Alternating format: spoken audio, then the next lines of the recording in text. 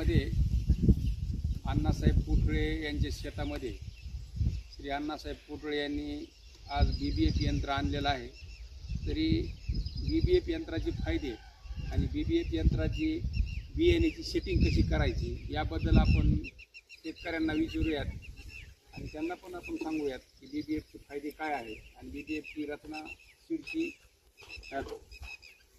कशी करायची याबद्दल अण्णासाहेब पुतळे यांना मी विनंती करतो की त्यांनी शेतकऱ्यांना सांगावं।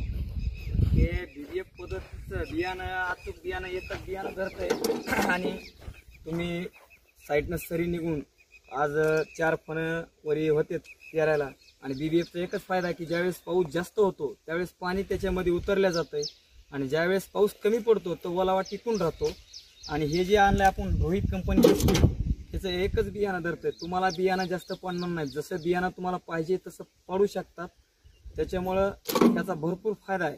पुन्हा हे खताची सेटिंग अशी आहे की ज्यावेळेस तुम्ही गांडूळ खत म्हणा, तुम्ही बाकीचा शेणखत म्हणा तरी तुम्ही ह्याच्यात फिरू शकतात, कारण ह्याला आहे ग्रीन। ह्या ग्रीनमुळं खत एकदम असा गोल फिरत जातो, त्याच्यामुळे याला ढेकुळा आला तरी काही संबंध येत नाही। हे आहे स्ट्रक्चर, हे आहे बियाणं। हे बियाणं बघू शकतात तुम्ही, तुम्हाला दाखवतो। हे आहे बियाण्यासाठी। ज्यावेळेस तुमचं बियाणं ह्या पाठीमध्ये येतं, ह्या चक्तीमध्ये आल्यावर हे एकच बियाणं पाडतं फक्त अचूक, त्याच्यामुळं ह्याचा फायदा भरपूर आहे।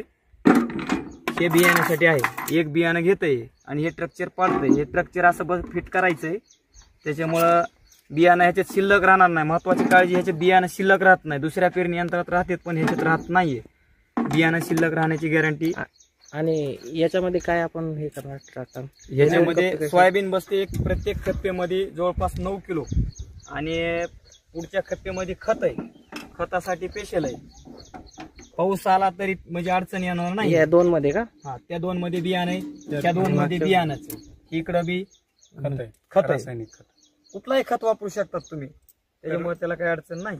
अशा प्रमाणे अण्णासाहेब पुतळे यांनी थोडक्यात आपल्या सर्व शेतकऱ्यांना BBF माहिती दिलेली आहे।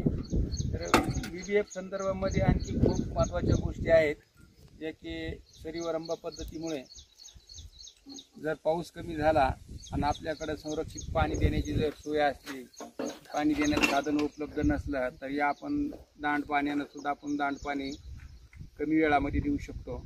तसेच पाऊस कमी झाला तर ह्या उन्हामध्ये गारवा राहतो, त्यामुळे पीक सुरक्षित राहते।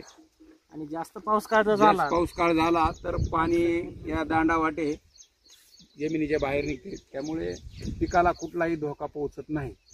तर या पद्धतीने BBF हे शेतकऱ्यासाठी एक वरदान ठरलेलं आहे। धन्यवाद।